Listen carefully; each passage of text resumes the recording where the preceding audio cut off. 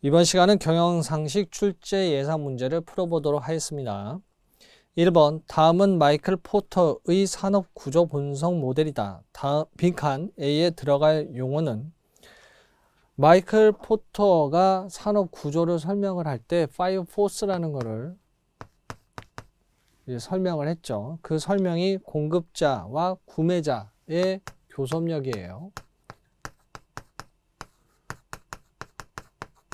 교섭력이 좋으냐 나쁘냐에 따라서 결정은 달라지니까요. 그래서 이 5 force 중에 하나씩 갖게 되고요. 그 다음에 산업 내의 경쟁자가 있겠죠. 그래서 기존 경쟁자, 산업 내의 경쟁자가 있고요. 우리 비타민 음료가 있었을 때 숫자 붙어있는 비타민 음료가 인기가 있다. 그러면 다양한 숫자를 붙여서 나올 수 있잖아요. 그래서 잠재적인 신규 진입자의 위협이 있어요. 위협이 당연히 되겠죠. 5 force니까요. 그 위협을 받을 수가 있어요. 그리고 괄호에 있는 A는 내 상품이 아니라 대체제를 선택할 수 있는 위협이죠. 그래서 각각에 대한 기본 정리 개념을 알게 되면 대응을 할 수가 있어요. 따라서 빈칸 A에 들어갈 수 있는 마이클 포터의 산업구조 분석 모델의 내용은 2번 대체제의 위협이에요. 2번 다음 중 개인형 퇴직연금제도 IRP에 대한 설명으로 옳지 않은 것은 4번에 IRP 계좌는 MMA 계좌와 같이 입출금이 자유롭다는 장점이 있다라고 되어 있는데 개인을 위한 퇴직연금제도 같은 경우에는 세제 혜택이 있어요. 세 공제를 해주죠. 그런데 중도 해지를 한다라고 하면 계약을 유지할 전제 조건으로 혜택을 준 건데 그것을 해지함으로 인해서 소득세가 발생해요. 따라서 쉽게 찾을 수 없는 구조를 만들게 되죠. 따라서 입출금이 자유롭지 못하다라고 해야 돼요. 그래서 답은 4번이 되는 거예요. 3번 다음 중 ESG 경영에 대한 설명으로 옳지 않은 것은 개념 자체는 1번 문항에 잘 나와 있고요. 3번에 ESG 경영의 핵심은 효율을 최우선으로 착한 기업을 키워나가는 것을 목적으로 한다라고 되어 있는데 기본적으로 기업 경영을 한다라고 하면 여러분들이 많이 들어보셨던 지속 가능 경영이에요. 그럼 경영을 계속할 수 있도록 하기 위한 부분으로서 이야기하는 것이 ESG죠. 환경의 경우에는 친환경이에요. 그리고 사회의 경우에는 사회적 책임의 이행이라고 생각하시면 되겠죠. 그리고 그 지배구조다라고 하는 부분들은 우리가 기본적으로 경영을 하는 데 있어서 투명 경영을 하겠다라는 의미로 해석하시면 돼요. 이렇게 함으로 인해서 지속 가능한 경영을 확보하겠다라는 개념이죠. 따라서 착한 기업을 키워나가는 그 자체를 목적으로 하는 것은 아니에요. 3번이 답이 되고요. 4번 다음 중 경제적 자립권, 독립성 둘 다 포기한 채 시장 독점이라는 목적 아래 여러 기업이 뭉쳐 하나의 통일체를 만들었다. 그 의미하는 조직 뭐라고 부르느냐라고 되어 있는데 독립적이고 자립적인 활동을 할 수 있는 걸 모두 포기하고 서로 간에 뭉쳐서 같이 움직이자라는 그러한 조직의 형태는 3번 트러스트죠. 그래서 개념을 알고 계시면 충분히 풀 수 있는 문제고요. 5번 다음 중 목표 설정 이론 및 목표 관리에 대한 설명으로 옳지 않은 것은 2번에 성과는 경영진이 평가하여 부하 직원 개개인에게 통보한다라고 되어 있는데 목표 관리라는 것은 뭘 설정을 해 놓는 거예요? 목표를 설정해서 그 달성을 할 수 있도록 적절한 관리를 하겠다라는 의미예요.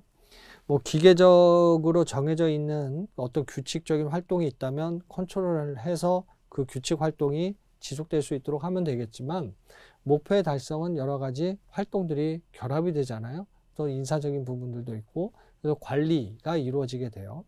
이에 따라 목표라는 부분들은 부하 직원들도 포함을 되어지기 때문에 성과 평가에도 참여를 해요. 통보를 받는 게 아니라. 따라서 2번이 옳지 않은 거예요.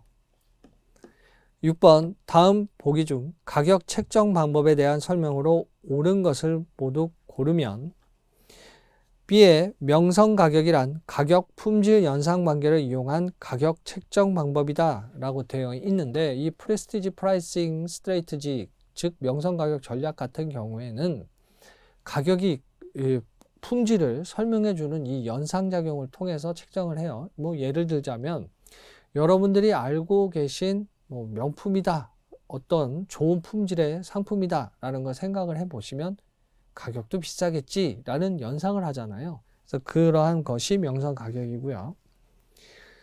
C 동그라미 보시면 단수 가격이란 판매 가격을 단수로 표시하여 가격이 저렴한 인상을 소비자에게 심어주어 판매를 증대시키는 방법이다 라고 되어 있는데 우리가 1,000원보다는 990원이 저렴하게 보이는 효과를 가져서 판매를 증대시키는 것이 단수 가격 전략이잖아요. 그런데 이렇게 해서 단순히 이제 심리적인 그런 부분들 뿐만 아니라 우리가 이 최소한의 이익을 확보하고자 노력을 하는 것이다 라는 보여주는 부분들도 있어요. 그래서 뭐 B와 C에 대한 가격 책정 방법에 대한 내용은 올바르기 때문에 3번 B, C가 답이 되는 것이죠. 그 다음 7번 다음 중 소비자의 구매 의사결정 과정을 순서대로 바르게 나열한 것은 우리가 무언가 구매를 한다라고 했을 때 우리의 구매의 단계들을 나누어서 볼 수가 있어요. 근데 단계를 나누는 이유는 뭐예요? 소비자들이 무언가 필요해서 구매를 했다라고 하는 그 단계들을 구분함으로써 각각의 단계에 맞는 마케팅 활동을 하려는 것이죠. 가장 기본적인 것은 안정적인 상태가 불안정적인 상태가 되어짐으로써 생기는 문제인식이에요. 배가 고파요. 그럼 뭐예요? 뭐 먹을까라는 정보 탐색을 하게 되겠죠. 정보 탐색을 하게 되면 대안들이 나오게 돼요. 그럼 그 대안들을 평가하게 되겠죠. 오늘은 한식일까, 중식일까, 이식일까, 양식일까 그 이제 대안들에 대한 평가를 해요.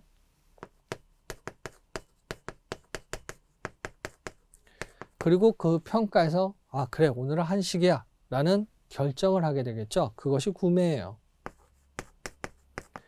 아, 잘 먹었다 혹은 아, 잘 못 먹었다 라는 구매 후 평가가 이루어지게 되겠죠. 그래서 구매 후 평가가 이루어지게 되면 그 평가에 따라서 소비에 따른 결정을 선택할 것인지 안 할 것인지가 나오게 돼요. 기업의 입장에서는 평가가 부정적이다라는 것은 정보가 될 것이고 그 부정적인 것을 극복하기 위한 노력을 하게 되겠죠. 그래서 문제인식이 됐을 때 지속적으로 구매하도록 유도하게 될 거예요. 따라서 바르게 나열한 것은 2번이 답이 되겠죠. 8번 다음 중 수직적 통합의 목적으로 옳은 것은 우리가 통합을 하는데 합치는데 흐르게 해서 통하게 만든다라는 것이 유통이고 그 유통이라는 건 거래 그리고 실질적인 물건, 재화의 흐름 이런 것들이 다 포함이 되어 있잖아요. 무언가 생산을 한다라고 했을 때 원부자재가 있게 되고 그것이 소비자에게 완성품으로 전달이 되어지는 구조를 가져요. 이때 경로들은 원부자재, 공급업자, 생산자 그리고 중간 상인이 있죠. 도매상, 소매상 그리고 소비자로 이어지는 이 흐름을 묻게 되면 우리는 이러한 각 단계, 서로 다른 단계들을 결합을 하겠다라고 했을 때 수직이라는 단어를 써요. 수평이라는 것은 예를 들어서 소매상이다 라고 하면 소매상들끼리 묶어서 시장력을 키워서 거래를 하겠다. 그럼 수평결합이죠. 그래서 이러한 개념들로 보시게 되면 3번에 원료부터 제품까지 기술적 일관성을 위해 그래서 통합한다라고 한다면 일리가 있죠. 따라서 옳은 것은 3번이 답이 되는 거예요. 9번 다음 중 자재 소요 계획에 대한 설명으로 옳은 것은 우리가 자재 소요 계획을 한다라고 했을 때는 기본적으로 뭐예요? 목표가 있겠죠. 그것이 생산의 목표가 될 것이고 나 얼만큼 만들어야지 라는 결정을 하게 될 거예요. 그 생산량에 따라서 공정들이 있겠죠. 공정 하나가 있을 수도 있고 2개, 3개 각각이 결합이 되어져서 또 완제품을 만들 수도 있을 거예요. 그럼 그 흐름상에서 원부자재가 공급돼야 되는 시점이 있겠죠.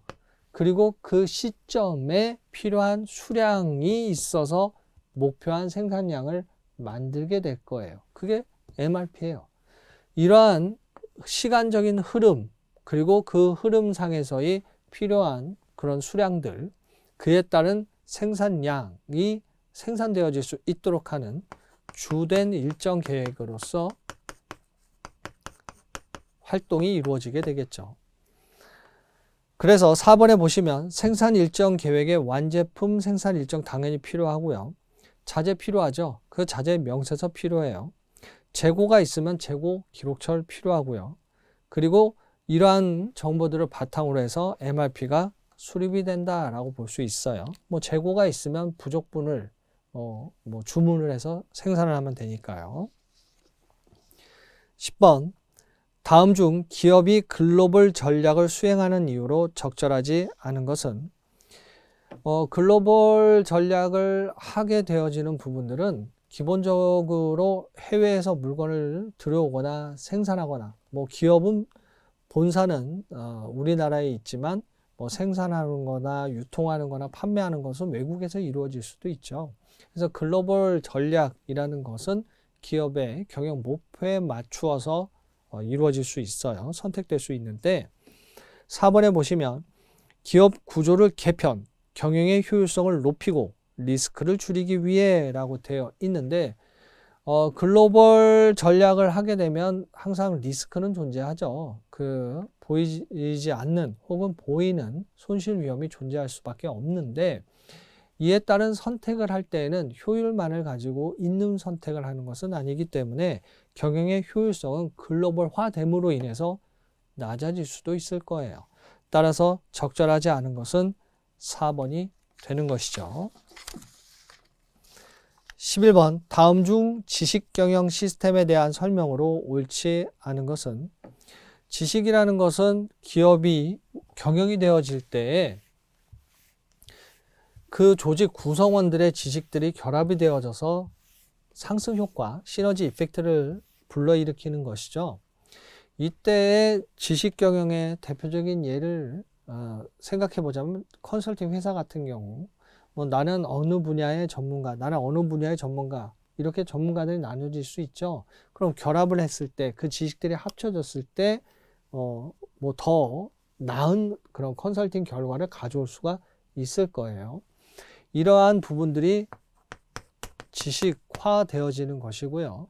그 지식화되어진 것을 전제로 해서 경영을 하게 되면 지식경영이라고 부르게 되죠. 이를 시스템화하는 것이고요. 체계를 갖추는 것이고요. 네, 4번에 보시면 조직에서 필요한 지식과 정보를 창출하는 연구자, 설계자, 건축가, 과학자, 기술자는 필수적으로 포함되어야 한다라고 되어 있는데 뭐 컨설팅 회사에 계신 분들이 기술자나 과학자, 뭐 설계자, 연구자 뭐 이런 분야들이 아닐 수도 있잖아요. 그래서 이러한 부분들이 틀린 부분은 바로 필수적으로 포함이라는 부분이에요. 포함이 될 수도 있고 포함이 안 될 수도 있으니까요. 따라서 4번이 옳지 않은 거예요. 12번 다음은 H기업의 균형 성과 평가 제도를 적용한 평가 기준표이다. A에서 D에 들어갈 용어로 순서대로 바르게 나열한 것은 A 관점에서 전략 목표가 매출 확대고 그리고 주요 평가 지표가 평균 분기별 총매출, 전년 대비 총매출 이렇게 재무적인 내용으로 되어 있기 때문에 A 관점은 재무 관점이죠.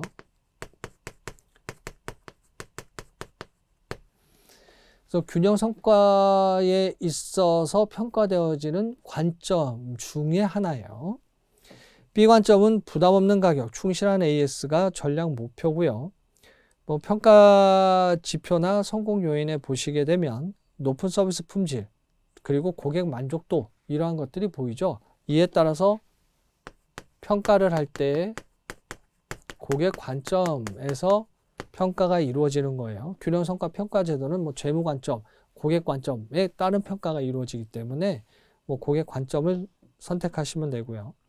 C 관점 같은 경우에는 작업 순서 표준화, 그리고 개선 제한 실행 이런 기본적인 것이 있고, 주요 성공 요인은 매뉴얼이네요.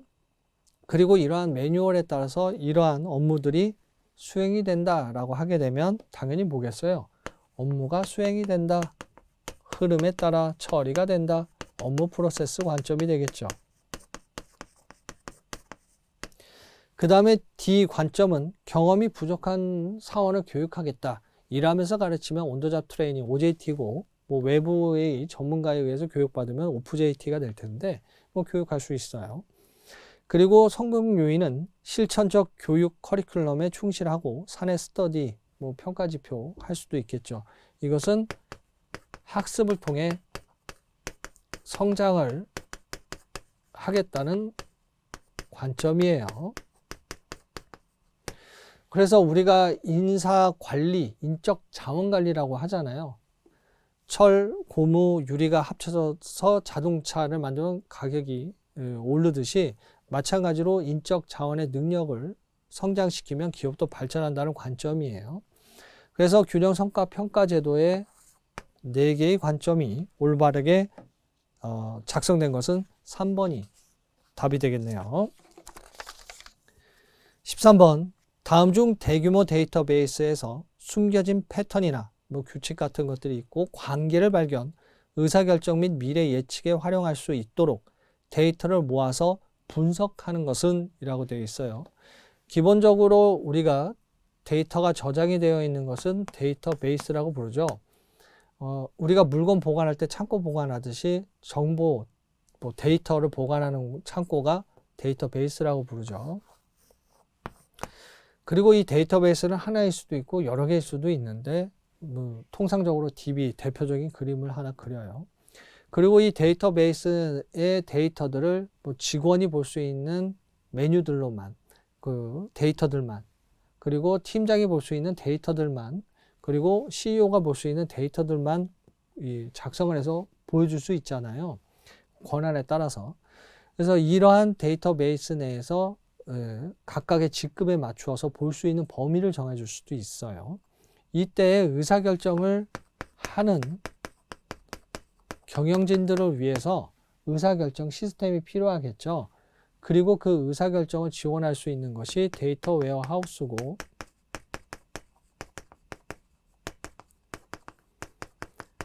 그리고 그러한 활동들이 하우징이죠.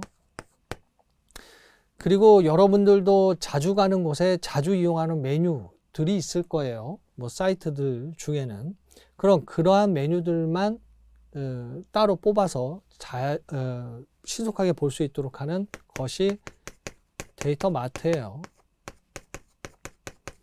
그럼 보는 걸로 끝나는 것은 아니고 이것들이 합리적인 의사결정을 지원해 줄 수 있어야 되잖아요. 이때 분석할 수 있는 것이 가치 있는 것을 분석한다는 데이터 마이닝이 되는 것이죠. 그래서 인공신경망이라든지 뭐 의사결정 트리 같은 것들로서 분석을 하게 돼요. 따라서 답은 2번이 되죠. 14번, 다음 중 기업 신용평가 등급표의 양적 평가 요소에 해당하는 것은, 뭐 나머지는 질적이고 3번 재무비율 평가 항목은 당연히 양적이죠. 15번, 다음 중 재무제표에 대한 설명으로 옳지 않은 것은, 4번에 기업이 경영활동을 청산 또는 중단할 의도가 있더라도 재무제표는 계속기업 가정하에 작성한다가 아니라 계속기업이 아니죠. 청산한다며요. 그러면 청산기업을 기준으로 하는 거예요.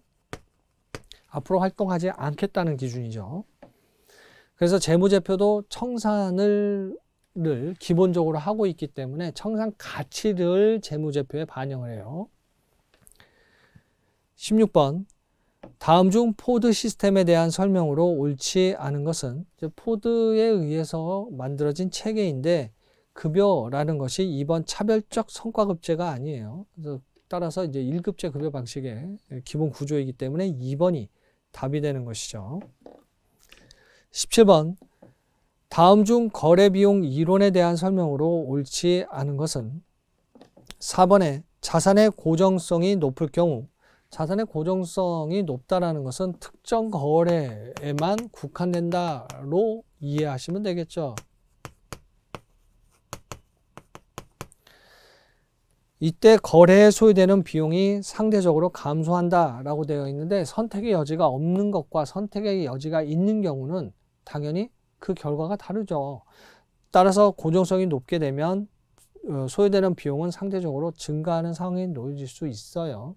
따라서 거래 비용 이론에서 이야기하고 있는 내용과 잘못 기술되어 있기 때문에 4번이 답이 되는 거예요. 18번. 다음 중 네트워크 조직의 장점으로 옳지 않은 것은 현대사회 내에서 조직이 한 가지 일에 한 가지 업무만을 한 가지의 목표를 위해서 활동을 하지는 않잖아요.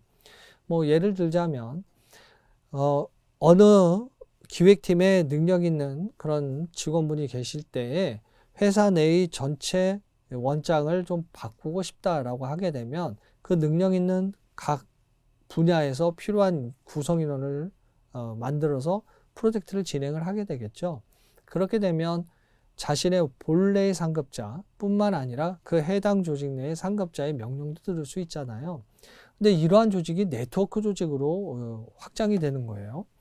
따라서 이러한 네트워크 조직의 장점으로 옳지 않은 것은 3번에 관리 감독자의 수가 줄어들게 되어 관리 비용이 절감된다라고 되어 있는데 늘어나요. 따라서 옳지 않은 것은 3번이 답이 되는 것이죠. 19번. 다음 보기 중 수직적 마케팅 시스템에 대한 설명으로 옳은 것을 모두 고르면, 우리가 기본적으로 기업에서 생산을 해서 구매해라고 소비자들한테 이야기 안 하죠. 소비자들의 필요와 원하는 것들에서 TV 봐야지 벽걸이로 이렇게 니즈와 원추를 충족시켜 주게 되는데, 소비자들이 니즈와 원추는 기업들의 입장에서는 정보가 돼요. 경쟁사보다 빠르게 그 정보를 얻어야 되고, 그리고 고객이 원하는 그 시기도 정보고 그 시간 내에 공급해야 되는 것. 그래서 정보와 시간이 중요한 정보화 사회가 됐고, 이 정보라는 것이 누적이 되니까 지식 경영을 하게 되는 것이죠. 이에 따라서 기업의 입장에서는 정보가 생산되는 고객의 시선이 집중될 수밖에 없고, 그 고객들이 모여 있는 곳이 시장이잖아요. 그래서 시장 지향적인 활동들을 마케팅이라고 부르게 되는데, 이 마케팅을 할 때에 수직적으로 만들겠다라는 옳은 것을 보면, 기업의 수직적 마케팅 시스템은 유통 조직의 생산 시점, 소비 시점, 수직으로 앞에서 그 수직 개념 말씀드렸죠. 하나의 고리 형태로 유통 계열화하는 것이고요. 니을의 수직적 마케팅 시스템의 유형에는 기업의 그런 운영적인 수직적 마케팅 시스템을 구축할 수도 있고, 관리로 할 수도 있고, 또 우리 뭐 계약의 형태처럼 뭐 프랜차이즈처럼 일정 기간 동안 흐름을 만들 수도 있을 거예요. 그리고 미음, 프랜차이즈 시스템은 계약에 의해 통합된 수직적 마케팅 시스템이 되겠죠. 그래서 본사는 내가 어떤 것을 만들어서 제공을 해주면 그 해당 계약을 맺은 스토어에서 판매를 해라 라고 할 수 있을 거예요. 그렇게 되면 수직적 통합이 될 수 있죠. 생산과 소비를 연결시킬 수 있으니까요. 따라서 옳은 것은 기업, 리을, 미음이 있는 3번이 답이 되는 거예요. 20번. 다음 대화의 빈칸에 공통으로 들어갈 단어로 옳은 것은 A사, 이번에 우리 회사에서도 괄호 시스템을 도입하려고 하는데 괄호는 기업 전체의 의사결정권자와 사용자 모두가 실시간으로 정보를 공유할 수 있게 한다. 또한 제조, 판매, 유통, 인사관리, 회계 등 기업 전반적인 운영 프로세스를 통합 자동화할 수 있다. B사, 맞다. 괄호 시스템을 통해 기업의 자원 관리를 보다 더 분명하게 힌트를 주고 있네요. 효율적으로 할 수 있어서 조직 전체의 의사결정도 보다 신속하게 할 수 있다. 그래서 인적 자원뿐만 아니라 물적 자원, 시간 자원 다 효율적으로 결정할 수 있도록 도와주는 것이 바로 전사적 자원 관리죠.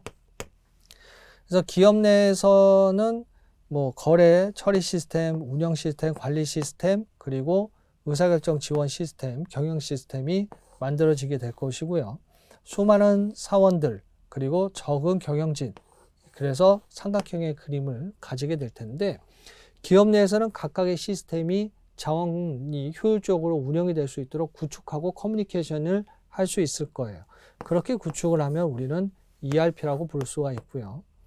그 기업의 인트라넷이 있죠. 기업 내에서만 활용될 수 있는 네트워크가 있을 텐데 거래 기업이 있다라고 하면 거래 기업 또한 인트라넷이 있을 것이고 그 인트라넷에 그 거래 범위에서만 상호 통신선이 연결이 되면 엑스트라넷이 돼요.